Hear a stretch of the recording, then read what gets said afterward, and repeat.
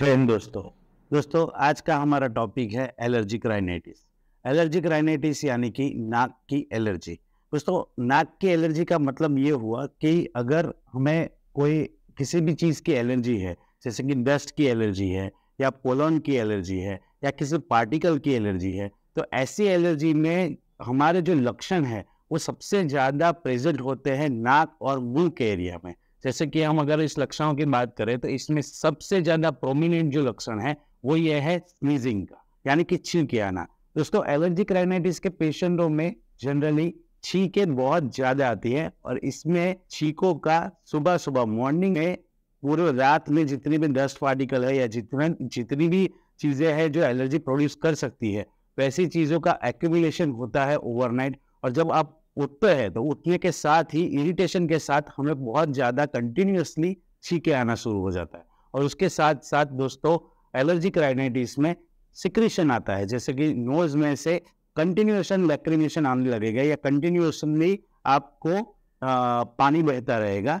तो नाक में से कंटिन्यू पानी बहना या नाक के अंदर इरिटेशन होना या तो फिर नेजल या ओरल कैविटी के अंदर यानी कि मुंह में सॉफ्ट पैलेट पीछे की साइड में इचिंग होना या नोज में इचिंग होना और उसके साथ साथ आंखों में से पानी बहना, ये सारे लक्षण दोस्तों नाक की एलर्जी के हैं और इस नाक के एलर्जी को बोला जाता है एलर्जिक राइनाइटिस। तो दोस्तों, इसी एलर्जिक राइनाइटिस के बारे में आज हम चर्चा करने वाले हैं। एलर्जिक राइनाइटिस में कौन कौन से लक्षण होते हैं, एलर्जिक राइनाइटिस के क्या कारण है और एलर्जिक राइनाइटिस की होम्योपैथिक में क्या क्या मेडिसिन है जिससे आपको परमानेंटली आप एलर्जिक राइनाइटिस से ठीक हो सकते हैं। और इसके साथ ही में दोस्तों कुछ जनरल केयर जो बहुत ही इंपॉर्टेंट है एलर्जिक राइनाइटिस के केस में, उसके बारे में भी दोस्तों आज हम चर्चा करेंगे। तो मेरा नाम है डॉक्टर कुणाल ब्रह्मभट्ट, आप है साई होम्यो सेवा केंद्र में। चलिए दोस्तों, वीडियो को स्टार्ट करते हैं।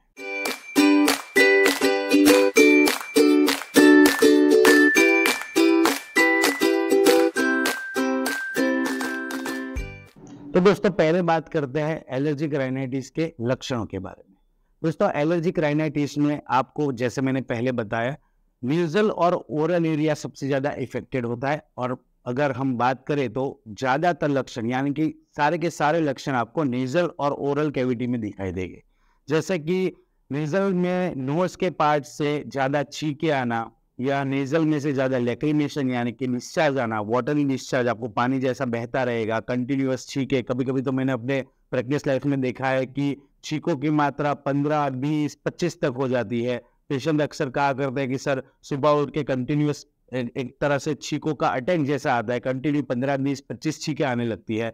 और ऐसा कभी कभी पूरे दिन रहता है या 2-3 दिन तक ऐसे छींकों का बार बार अटैक आना, ये कंटिन्यूस रहता है। और इसके साथ साथ दोस्तों, आपको नेजल कैविटी में नाक के अंदर आपको इरिटेशन फील होगा, आपको इचिंग सी लगेगी, उसके साथ कंटिन्यूस पानी बहता रहेगा। और ओरल कैविटी में दोस्तों आपको इचिंग होगी, आपके थ्रोट में इरिटेशन होगा, आपके सॉफ्ट पैलेट यानी कि पीछे का जो सॉफ्ट पार्ट है उसे सॉफ्ट पैलेट बोला जाता है, उस सॉफ्ट पैलेट के पार्ट में दोस्तों आपको इचिंग रहेगी। इसके साथ साथ कभी कभी आइस भी इन्वॉल्व होती है, आंखों में भी कभी इचिंग होना शुरू हो जाता है, इरिटेशन जैसा होता है और आंखों में से भी दोस्तों पानी बहता है। तो दोस्तों, ये सारे जितने लक्षण हैं ये दोस्तों एलर्जिक राइनाइटिस के लक्षण हैं। अब दोस्तों बात करते हैं कि एलर्जिक राइनाइटिस एक्चुअल में होता क्यों है। तो दोस्तों, अगर मैं इसका ट्रिगर पॉइंट की बात करूं या तो किस किस चीज की वजह से ये इफेक्ट होता है और ये प्रोड्यूस होता है, इसकी अगर हम बात करें तो दोस्तों बहुत सारे ऐसे पार्टिकल्स हैं, बहुत सारी ऐसी चीजें हैं जिसकी वजह से एलर्जिक राइनाइटिस प्रोड्यूस होता है। उसमें पहली चीज है डस्ट, इसको डस्ट एलर्जी भी बोला जाता है। कभी जैसे आप कपड़े झाड़ोगे या आप अपनी बेडशीट को ठीक करने के लिए बेडशीट झाड़ोगे या पिलो कवर को झाड़ोगे या किसी भी आप बाहर निकलोगे तो बाहर भी बहुत सारे डस्ट पार्टिकल्स होते हैं। तो इन सारे डस्ट पार्टिकल की वजह से हमें एलर्जिक राइनाइटिस प्रोड्यूस हो सकता है। पोलन की वजह से, पोलन यानी कि पोलन का मतलब होता है कि परागकण। परागकण दोस्तों प्लांट का एक पार्टिकल है जो एक पर्टिकुलर सीजन में एक प्लांट में से दूसरे प्लांट में ट्रांसफर होता है। ये मेल स्पर्म होता है प्लांट का, जो अपने सीजन के हिसाब से दूसरे प्लांट की तरफ ट्रांसफर करता है। तो ऐसे सीजन यानी कि स्प्रिंग और ऑटम, अगर हम महीने के हिसाब से बात करें तो मार्च, अप्रैल या तो अगस्त से लेकर नवंबर, इस पीरियड में जनरली लोगों को एलर्जी बहुत ज्यादा होती है। और उसका कारण दोस्तों ये पोलन का होता है। पोलन के पार्टिकल्स जब एयर में होते हैं और वो जब आपके नेजल कैविटी में चले जाते हैं तो उसकी वजह से एलर्जिक राइनाइटिस प्रोड्यूस होता है। और दोस्तों इसके साथ साथ कुछ कुछ खाने की चीजें भी है। कभी कभी पेशेंट बोलता है कि सर मुझे आफ्टर मिल्क या एग अंडा खाने के बाद या दूध पीने के बाद या जनरली कोई खट्टी चीज खा लेता हूँ तो उसके बाद मुझे सडनली छींकें आने लग जाती है। तो दोस्तों इसमें डाइट के भी कुछ कुछ ऐसे पार्ट है जिसकी वजह से एलर्जी प्रोड्यूस होती है। सवाल दोस्तों ये नहीं है कि आपको डस्ट से एलर्जी हो रही है या पोलन से हो रही है या ठंडे वेदर में हो रही है या गर्म वेदर में हो रही है या बारिश के मौसम में हो रही है या किसी खाने की चीज से हो रही है। सवाल यह है कि एलर्जी इतने सालों से नहीं थी, अब अचानक से स्टार्ट क्यों हो गई। तो दोस्तों इसके बारे में मेरा जो ऑब्जर्वेशन है ये है कि एलर्जी का मतलब ये होता है कि आपकी बॉडी सडनली किसी नॉर्मल चीज के अगेंस्ट में रिएक्ट करने लग जाए। इतने सालों तक आपकी बॉडी को 10 पार्टिकल से कोई इश्यू नहीं था इतना, क्योंकि वो एक नॉर्मल वे है, वो नॉर्मल है। हर जगह पे डस्ट होती है, हर जगह पे पोलन्स का अपने वेदर के हिसाब से पोलन्स का फैलना होता है। तो जब तक आप नॉर्मल थे, आपको एलर्जी राइनाइटिस नहीं था, तब तक आपकी बॉडी की इम्यून सिस्टम, आपकी बॉडी की डिफेंस सिस्टम उसके खिलाफ, उसके अगेंस्ट में काम नहीं कर रही थी। अब अचानक से आपकी बॉडी उस 10 पार्टिकल को, उस पोलन को, उस डाइट को रेजिस्ट करने लग जाती है और ये रेजिस्ट करने की वजह से बॉडी में हिस्टामिन प्रोड्यूस होता है और ये हिस्टामिन प्रोड्यूस होने की वजह से नेजल कैविटी और ओरल कैविटी इफेक्ट होती है और उसकी वजह से नेजल के और ओरल के ये सारे लक्षण जो मैंने आपको बताए वो आपको दिखेंगे। तो दोस्तों एलर्जिक राइनाइटिस के बारे में मैंने जैसे आपको बताया कि इसके क्या लक्षण होते हैं और एलर्जी प्रोड्यूस कैसे होती है, मतलब बॉडी क्यों रिएक्ट करने लग जाती है अचानक से। जो नॉर्मल चीजें थी जो आज तक आपको इफेक्ट नहीं दे रही थी, जैसे कि डस्ट था, पोलन था, अभी तक आपको इफेक्ट नहीं दे रहा था, अचानक से क्यों ये बॉडी उसके ऊपर रिएक्ट करने लग जाती है। तो दोस्तों जनरली कुछ फील्ड है ऐसी जहाँ पे हम लोग मेडिसिन लेते हैं, सिट्रीजिन है, एल्डायो है, तो वो मेडिसिन आपको 24 घंटे के लिए, 36 घंटे के लिए आराम दे देगी। उसके बाद तो फिर से ये एलर्जी का प्रॉब्लम स्टार्ट हो जाएगा। तो दोस्तों ऐसी कंडीशन, इसको बोलते हैं पैलिएटिव ट्रीटमेंट, कि थोड़े टाइम के लिए आपकी ये जो एलर्जी है उसको सप्रेस कर दिया गया। उसके बाद थोड़े टाइम के बाद, थोड़े दिनों के बाद जैसे पोलन या डस्ट या ऐसी चीजें जो आपको एलर्जी प्रोड्यूस करती है वो आपके संपर्क में आएगी तो फिर से आपको एलर्जी स्टार्ट हो जाएगी। लेकिन दोस्तों होम्योपैथी में इसका परमानेंट इलाज है। ये सिर्फ बोलने की बातें नहीं है, मैं आपको इसका कारण भी बताना चाहूंगा कि क्यों हम ऐसा बोलते हैं कि इसका परमानेंट इलाज होम्योपैथी में है। बिकॉज होम्योपैथी दोस्तों आपकी प्रकृति पे, आपकी तासीर पे इफेक्ट करती है। तो अगर आपकी प्रकृति ने अचानक से इन चीजों को रेजिस्ट करना स्टार्ट कर दिया है, अचानक से आपकी बॉडी डस्ट को रेजिस्ट करने लग रही है, अचानक से आपकी बॉडी डस्ट के खिलाफ सिम्टम्स प्रोड्यूस कर रही है, तो उसके पीछे कुछ ना कुछ कारण जरूर होगा।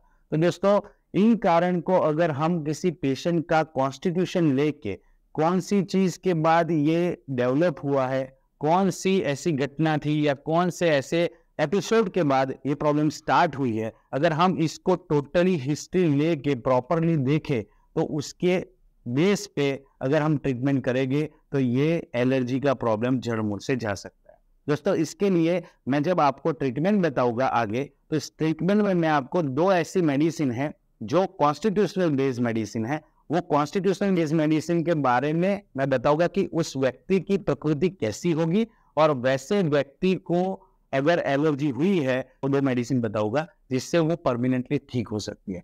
उसके साथ साथ दोस्तों होम्योपैथी में भी ऐसी बहुत सारी मेडिसिन है जो आपको टेम्पररी रिलीफ दे सकती है, तो जिसकी मदद से आप अगर सिट्रीजिन या एल्डायो जैसी एलोपैथिक मेडिसिन नहीं खाना चाहते हैं रेगुलर बेस पे, तो आप इन होम्योपैथी दवाइयों का भी इस्तेमाल कर सकते हैं। तो चलिए दोस्तों अब आगे बढ़ते हैं हमारे ट्रीटमेंट की ओर।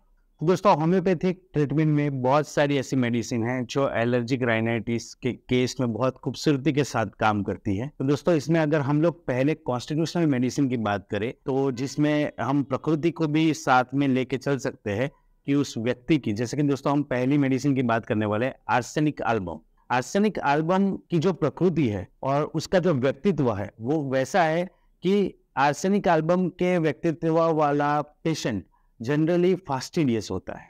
वो फास्टिडियस का मतलब होता है दोस्तों कि वो बहुत परफेक्शनिस्ट होता है। परफेक्शनिस्ट यानी कि अगर उसका टेबल आप देखोगे, उसके कपड़े देखोगे, उसका रूटीन देखोगे तो आप देखोगे कि वो बहुत परफेक्शन के साथ अपनी चीजें रखता है, बहुत परफेक्शन के साथ वो अपने काम को करता है, और बहुत ही परफेक्शन यानी कि साफ सफाई को लेके वो बहुत ही पर्टिकुलर होता है। तो दोस्तों जनरली अगर किसी एलर्जिक राइनाइटिस का पेशेंट है और उस एलर्जिक राइनाइटिस के पेशेंट में अगर आपको दिखता है कि उसमें ये वाला कैरेक्टर है, तो ऐसी कंडीशन में इस पर्टिकुलर व्यक्ति को आप आर्सेनिक एल्बम 200 के 2 डोज एवरी वीक लीजिए।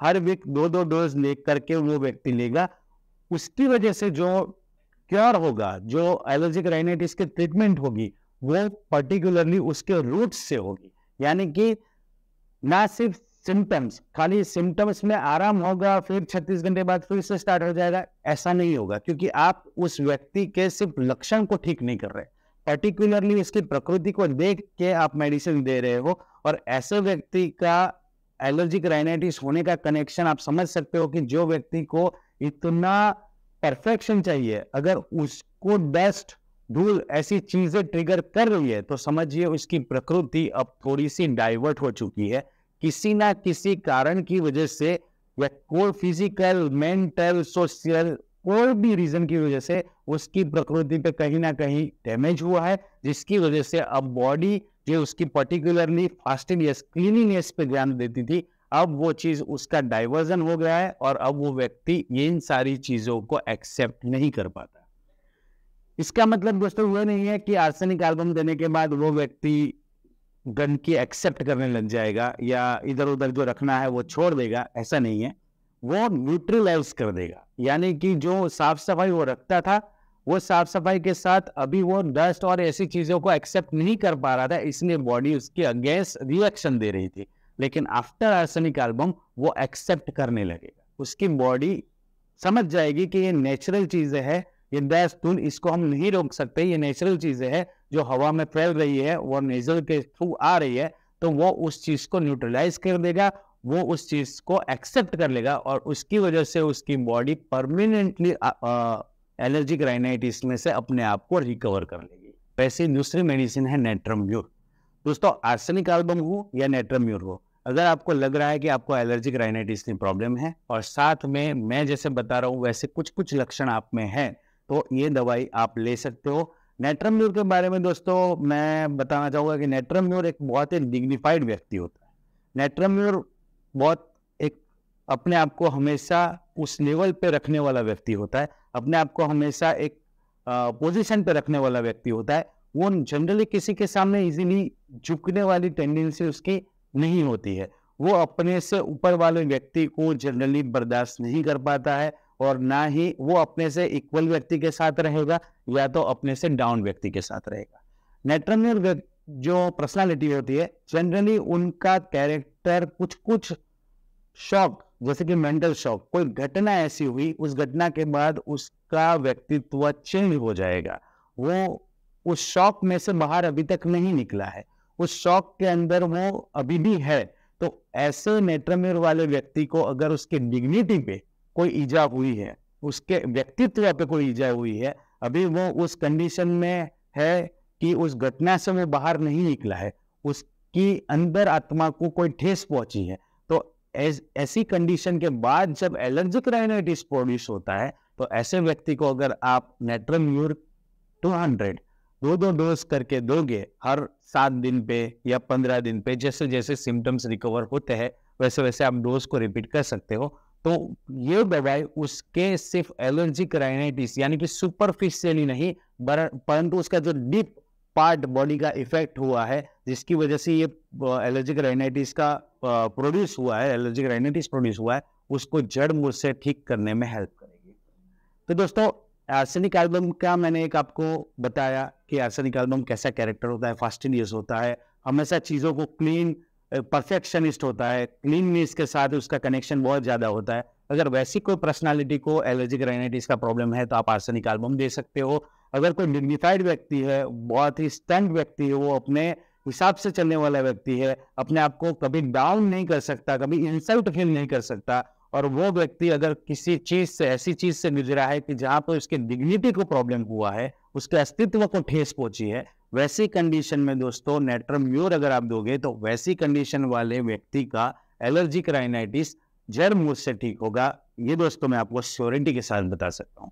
दोस्तों ऐसी बहुत सारी होम्योपैथी में दवाइयाँ हैं जिसका हर एक व्यक्ति का उनका अपना उस पर्टिकुलर दवाई का एक व्यक्तित्व है, लेकिन वो हर एक व्यक्तित्व को मैं अभी एक्सप्लेन नहीं कर सकता। तो उसके लिए आपको मेरी ये सलाह है कि अगर आपको जड़ मूल से ठीक करना है तो आप होम्योपैथी डॉक्टर के पास जाइए, उनसे अपनी हिस्ट्री शेयर करिए और हिस्ट्री शेयर करने के बाद होम्योपैथी डॉक्टर समझ पाएंगे कि आपकी तासीर कैसी है, आपकी प्रकृति कैसी है और पर्टिकुलरली एलर्जिक राइनाइटिस होने का आपके केस में क्या रीजन है।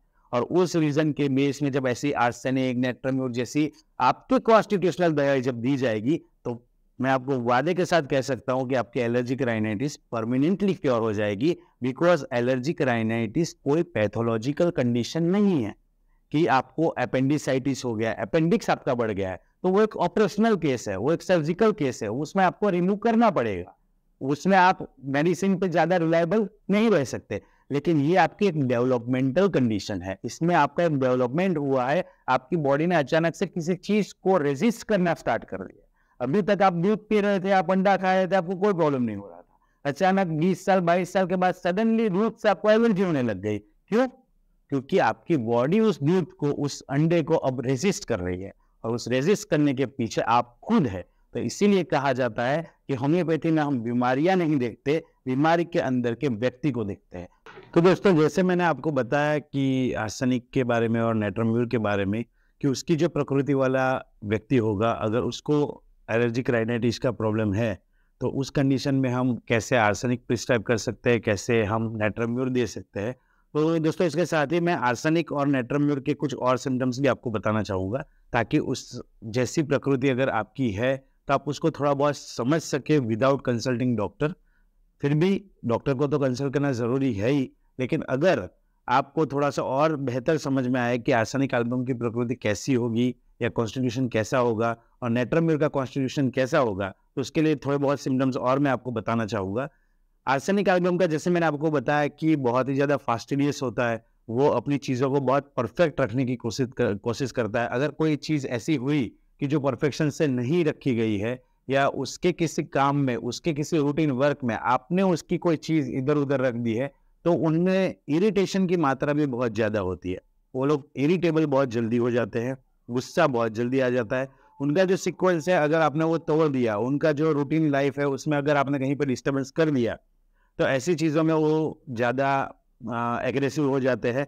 और दोस्तों दूसरा है कि फीवर और एंग्जाइटी, डर और एंग्जाइटी की मात्रा भी उनमें थोड़ी ज़्यादा पाई जाती है। जैसे कि उनका जो नेचर होता है बहुत रेस्टलेस होता है, वो उनमें रेस्टलेसनेस बहुत होती है, वो एक जगह पे नहीं बैठ सकते, कुछ ना कुछ इनको करते रहना अच्छा लगता है। और उसके साथ ही अगर वो कुछ नहीं कर रहे तो उनकी ओवर थिंकिंग, उनका माइंड कंटिन्यूसली चलता रहेगा। तो दोस्तों इसके साथ साथ अगर उनमें अगर कोई बीमारी आती है, जैसे कि कोई डिजीज आ गया, जैसे हम लोग जिसके बारे में बात कर रहे हैं एलर्जिक राइनाइटिस, तो यही एलर्जिक राइनाइटिस वाले पेशेंट अगर वो आर्सेनिक वाला है तो ये पेशेंट को इस बीमारी के रिलेटेड बहुत ज़्यादा डर में आ जाएगा, बहुत ज़्यादा उसको एंग्जाइटी हो जाएगी। उसको पहले ये लगने लगेगा कि कहीं इससे कुछ और तो नहीं हो जाएगा, या कहीं ये ठीक तो नहीं होगा, या दवाई लेना इसमें यूजफुल रहेगा कि नहीं रहेगा। तो ये सारी चीज़ें उसमें बहुत ज़्यादा क्वेश्चनिंग करने रहेगी, बहुत ज़्यादा रेस्टलेसनेस उसमें रहेगी। वो बहुत ही पर्टिकुलर व्यक्ति है, तो कुछ भी चीज़ अगर इधर उधर हुई, तो जैसे कि ये एलर्जिक राइनाइटिस का भी प्रॉब्लम हो गया, तो इस कंडीशन में भी वो बहुत ज़्यादा रेस्टलेस हो जाएगा अपनी बीमारी को रिलेटेड, अपनी बीमारी से, डेथ से, ये बीमारी ठीक होगी कि नहीं होगी, ये सारी कंडीशन में उसको बहुत ज़्यादा फियर रहेगा। दोस्तों उनको जनरली नाइट में ज़्यादा एग्रावेशन होता है। एग्रावेशन का मतलब होता है कि नाइट उनको ज़्यादा प्रॉब्लमेटिक करती है, रात में उनको उनके सिम्टम्स ज़्यादातर एग्रावेट हो जाते हैं। इनको बॉडी में ओवरऑल बर्निंग सेंसेशन ज़्यादा रहते हैं, जैसे एसिडिटी, पेट में जलन या किसी भी पार्ट में बर्निंग सेंसेशन इसमें बहुत ज़्यादा रहता है। दोस्तों इनको रीअश्योरेंस पसंद होता है, जैसे इनको अगर आप समझाओगे, आप उनको काउंसलिंग करोगे तो उनको थोड़ा सा बेटर फील होगा। तो दोस्तों अगर ऐसी कोई प्रकृति है, ऐसी कोई आपको लगता है कि हाँ मेरा नेचर भी थोड़ा इस टाइप का है, तो ऐसे केसेस में अगर आपको एलर्जिक राइनाइटिस परेशान कर रहा है, तो इस केसेस में आपको मैंने जो सारी दवाइयाँ बताई उसके साथ आप 2 खुराक, जैसे मैंने आर्सेनिक एल्बम के बताए, वो आप ले सकते हो साथ में। इसके साथ दोस्तों नेट्रम्यूर की बात करते हैं। तो नेट्रम्यूर के बारे में मैंने जैसे आपको बताया कि इनका थोड़ा सा नेचर ऐसा होता है कि ये जल्दी से अपने आप को डाउन नहीं कर सकते, मतलब ये किसी के सामने झुकना पसंद नहीं करते। और जनरली कोई ऐसी कंडीशन हुआ है, कोई ऐसी मेंटल शॉक या ऐसी कोई परिस्थिति से वो निकले हैं कि जिसके बाद से पर्टिकुलर इनका जो नेचर है वो वैसा हो जाता है कि वो जल्दी से किसी चीज को एक्सेप्ट नहीं कर सकते। तो और ना ये इंसल्ट सहन कर सकते, वो इंसल्ट सह भी नहीं सकते। और इसके साथ साथ दोस्तों इनका एक और कैरेक्टर है कि इनको काउंसलिंग पसंद नहीं है। अगर आप ये सोच रहे हो कि इनको कंसोल करोगे तो ये अगर रो रहे हैं या इनको अगर कोई प्रॉब्लम हुआ है तो पहली बात तो ये आपसे शेयर ही नहीं करेंगे। और अगर इन्होंने आपसे शेयर किया तो they don't want counselling from you. उनको काउंसलिंग नहीं चाहिए, उनको सिंपैथी नहीं चाहिए। इसलिए जनरली ये लोग रोना भी प्रेफर करते हैं अकेले में। इसके साथ दोस्तों इनके रोने के साथ साथ लाफ्टर हमेशा देखा जाता है कि रोते रोते उनका थोड़ा हंसना आ जाता है, क्योंकि वो उस चीज में जाना नहीं चाहते कि मैं कोई रोऊं और मुझे कोई सिंपैथाइज करे। तो साथ में इनका वीपिंग के साथ लाफ्टर का कैरेक्टर भी आपको दिखेगा। इनको दोस्तों ओपन एयर ज्यादा पसंद होती है, ये खुली हवा में रहना ज्यादा पसंद करते हैं। इनको जनरली काउंसलिंग पसंद नहीं होती। इनको ठंडे पानी से नहाना, खुली हवा में बाहर घूमना ये ज्यादा प्रेफर करते हैं। गर्म में रहना, वार्म कंडीशन में रहना इनको पसंद नहीं होता है। इनको सिंपैथी भी, जैसे मैंने आपको बताया, इनको काउंसलिंग भी पसंद नहीं होती है। ये थोड़े स्टाउट टाइप के होते हैं, ये थोड़ा अपने आप को जल्दी से किसी के सामने डाउन करना पसंद नहीं करते। इनको इंसल्ट पसंद नहीं होती। ये अपने स्टैंड पे हमेशा रहते हैं, ये किसी के सामने झुकना पसंद नहीं करते। तो दोस्तों अगर इस टाइप का आपको लगता है कि हाँ मेरा थोड़ा बहुत नेचर इस टाइप का है, तो आप इस कंडीशन में अगर आपको एलर्जिक राइनाइटिस है तो एज ए कॉन्स्टिट्यूशन मेडिसिन आप नेट्रम्यूल ले सकते हैं।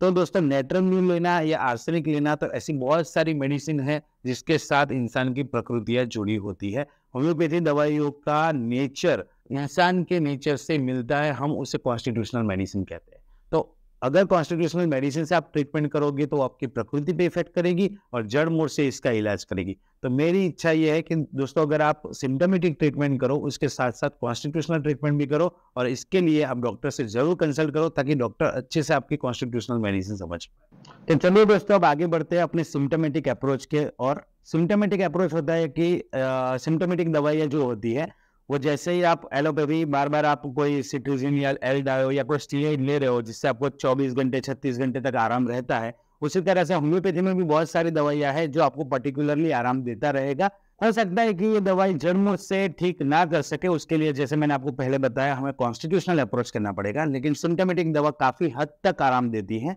जिसके लिए हमें बाकी कोई हैवी मेडिसिन लेने की जरूरत नहीं। तो दोस्तों हमारी पहली सिम्टोमेटिक दवाई है एलियम-सेपा। एलियम-सेपा 30। दोस्तों एलियम-सेपा 30 अगर आपको ज्यादा स्नीजिंग हो रही है, कंटिन्यूसली स्नीजिंग हो रही है, कंटिन्यूसली आपके नोज से डिस्चार्ज हो रहा है, वाटरी पानी आ रहा है, तो ऐसी कंडीशन में दोस्तों अगर आप एलियम-सेपा 30 के 2 बूंद सुबह और 2 बूंद शाम को कंटिन्यूसली आप अगर 15 दिन या 21 दिन तक लोगे तो धीरे धीरे आपके सिम्टम्स रिकवर हो जाएंगे। धीरे धीरे आपको ये स्नीजिंग है उसकी जो इंटेंसिटी है वो कम हो जाएगी। दोस्तों दूसरी दवाई है सबेडिला। दोस्तों सबेडिला 30 में अगर आपको बेस्ट एलर्जी या पोलन एलर्जी है और वो एक पर्टिकुलर सीजन में आपको लगभग मार्च और अप्रैल के महीने में या तो अगस्त नवंबर के महीने में आपको ज्यादा छींके आना या ज्यादा इफेक्ट लगती है, वेदर का अगर इन्वॉल्वमेंट होता है, ठंड में आपको ज्यादा प्रॉब्लम होती है, तो दोस्तों ऐसे केसेस में आप सबेडिला 30 2 ड्रॉप्स सुबह शाम कंटिन्यूअसली खा सकते हैं। दोस्तों तीसरी दवाई है पोथोस मदर टिंचर। दोस्तों पोथोस मदर टिंचर का इस्तेमाल मैं जनरली अपनी प्रैक्टिस में करता हूँ इम्यून सिस्टम को ग्रो करने के लिए। इम्यून सिस्टम को ग्रो करने के लिए यानी कि आपके इम्यून सिस्टम पे काम करेगी। जो इम्यून सिस्टम तुरंत आपको इफेक्ट देने लगती है, तुरंत आपके जो एलर्जी के जो डस्ट पार्टिकल है उसको रेजिस्ट करने लगती है। आपका जो ये एलर्जी के अगेंस्ट में तुरंत ये रिएक्शन करने वाला जो टेंडेंसी है वो कम हो जाएगा। तो मैं ये सजेस्ट करूंगा कि आप कोई भी कॉन्स्टिट्यूशनल दवाई ले, एलियम-सेपा साथ में सिम्टोमेटिक ले या सबेडिला ले, उसके साथ पोथोस मदर टिंचर 10-10 बूंद करके सुबह शाम आधे कप पानी में डाल के मिक्स करके रेगुलर लीजिए। इससे आपकी इम्यून सिस्टम डेवलप होगी। दोस्तों इसके साथ एक बहुत ही इंपॉर्टेंट मेडिसिन है जो एज ए सिम्टोमेटिक काम करती है, हिस्टामिनम 30। जैसे दोस्तों मैंने आपको पहले बताया कि जब भी कोई चीज को बॉडी रेजिस्ट करती है या एलर्जी प्रोड्यूस करती है तो बॉडी में हिस्टामिन का सिक्रीशन होने लगता है। उसी हिस्टामिन से बनी हुई है हिस्टामिनम 30। अब इस हिस्टामिनम 30 की मदद से आपका जो हिस्टामिन का सिक्रीशन है वो कम होगा और उससे आपको काफी रिलीफ मिलेगा, आपकी एलर्जी की जो इंटेंसिटी है वो कम हो जाएगी। और दोस्तों अगर आपको ब्रीथिंग डिफिकल्टी भी है, साथ में अगर आपको लगता है कि बहुत ज्यादा क्रोनिक कंडीशन के बाद ब्रीथिंग करने में, श्वास लेने में भी आपको तकलीफ हो रही है, तो उसके लिए मैं आपको कहना चाहूंगा Blatta mother tincture. Blatta mother tincture की 10 बूंद सुबह 10 बूंद शाम को आप कंटिन्यूसली लीजिए, उससे आपको ब्रीथिंग डिफिकल्टी में भी आराम मिलेगा। तो दोस्तों जैसे कि मैंने आपको बताया natrum self 30, natrum self 30 generally moist वाले एरिया में अगर किसी को प्रॉब्लम होता है, कोस्टल एरिया में, जनरली दरिया किनारे के पास अगर कोई व्यक्ति रहता है और उस दरिया किनारे के पास रहने वाले व्यक्ति को मॉइस्ट वातावरण में ज्यादा प्रॉब्लम होता है, तो उस कंडीशन में नेट्रम सेल्फ 30 बहुत ही इफेक्टिवली काम करती है। जस्ट फॉर एग्जाम्पल, अगर कोई राजस्थान में ड्राई एरिया में रहने वाला व्यक्ति, जैसे कि राजस्थान, अचानक से वो अगर मुंबई शिफ्ट हो जाए तो मुंबई का वातावरण थोड़ा कोस्टल इन्वायरमेंट है, तो उस वातावरण में उस व्यक्ति को पर्टिकुलरली प्रॉब्लम होगा। और अगर किसी को कोस्टल एरिया में प्रॉब्लम होता है तो नेट्रम सेल्फ 30 रेगुलरली 15 दिन 20 दिन तक लेने पे काफी आराम रहेगा। इसके साथ साथ दोस्तों SBL 8 नंबर का एक कॉम्बिनेशन होता है, वो भी साथ में आप यूज कर सकते हैं। उस कॉम्बिनेशन की वजह से भी आपका बहुत सारा एलर्जी का प्रॉब्लम सॉल्व हो सकता है। तो दोस्तों ये बहुत सारी, इसके अलावा भी बहुत सारी सिम्टोमेटिक मेडिसिन है जो मैं इस वीडियो में, नहीं तो वीडियो काफी लंबा हो जाएगा अगर सारी मेडिसिन बताऊंगा और आप खुद कंफ्यूज हो जाएंगे। तो ये जो जितनी मेडिसिन है इसको आप यूज कर सकते हैं, लेकिन मेरा हर बार का अप्रोच होता है, मैं आपको बताना चाहूंगा कि आप ये सिम्टोमेटिक दवाई के साथ किसी होम्योपैथी डॉक्टर को दिखा के अपने कॉन्स्टिट्यूशनल, अपनी प्रकृति, अपनी बॉडी के हिसाब से मेडिसिन को भी लीजिए, ताकि होम्योपैथी का जो प्रिंसिपल है जड़ मूल से ठीक करने वाला वो आपको मिले और आप किसी भी बीमारी से जड़ मूल से ठीक हो सकते हैं। तो दोस्तों ये थी होम्योपैथिक मेडिसिन जिसकी मदद से आप अपने एलर्जिक राइनाइटिस को काफी हद तक आराम और परमानेंटली क्योर भी कर सकते हैं। दोस्तों इसके साथ एक छोटी सी इंफॉर्मेशन देना चाहूंगा जो है डायग्नोसिस के बारे में। दोस्तों अगर आपको लगता है कि आपको कोई रिपोर्ट कराना है तो आप सीरम IgE का रिपोर्ट करा सकते हैं। ये एक एलर्जी का रिपोर्ट है जिसकी मदद से इम्यूनोग्लोबुलिन E, इस रिपोर्ट की मदद से आपको पता चलेगा कि आपकी बॉडी में एलर्जी कंपोनेंट कितना बड़ा हुआ है। और दोस्तों इसके साथ अगर आप और फर्दर जाना चाहते हैं तो उसके साथ साथ फूड ड्रग के भी एनालिसिस रिपोर्ट आते हैं, जिसकी मदद से आपको कौन कौन से खाने से या कौन कौन से ड्रग से या कौन कौन से पार्टिकल से आपको प्रॉब्लम है वो भी आ जाएगा।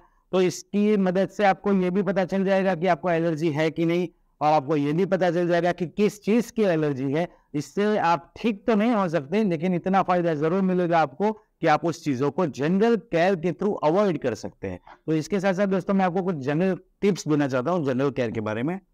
जैसे कि अगर आपको पता चलता है कि आपको 10 पार्टिकल से प्रॉब्लम है, तो 10 पार्टिकल में दोस्तों आप अपनी आजू बाजू की चीजों को साफ रखिए। जो कपड़े हैं, कर्टन है, आपके बेडशीट है, पिलो कवर है, उनको झाड़िए, धूप में रखिए ताकि 10 पार्टिकल ज्यादा से ज्यादा डिस्ट्रॉय हो सके। खाने की चीजों को आपको पता चलता है रिपोर्ट के बाद, तो उन खाने की चीजों को आप अवॉइड करिए ताकि वो एलर्जी जो प्रोड्यूस हो रही है उसकी इंटेंसिटी कम हो जाए। तो इस तरह से दोस्तों साफ सफाई से और पर्टिकुलरली खाने की चीजों को अवॉइड करें। बाहर जब आप निकलते हैं तो थोड़ा मास्क पहन के निकलिए ताकि जितना टेंडेंसी है वो टेंडेंसी आपकी कम हो जाए। तो दोस्तों इन जनरल केयर के थ्रू आप थोड़ा बहुत रिलीफ आपको मिल जाएगा। तो दोस्तों ये तो एलर्जिक राइनाइटिस के बारे में इंफॉर्मेशन, आशा करता हूं कि आपको इंफॉर्मेशन इंफॉर्मेटिव लगी होगी। दोस्तों आप मुझसे संपर्क करना चाहते हैं तो उसका डिस्क्रिप्शन पे पूरी डिटेल दी गई हुई है। दोस्तों चैनल को लाइक, शेयर एंड सब्सक्राइब जरूर कीजिए। जय हिंद, जय भारत।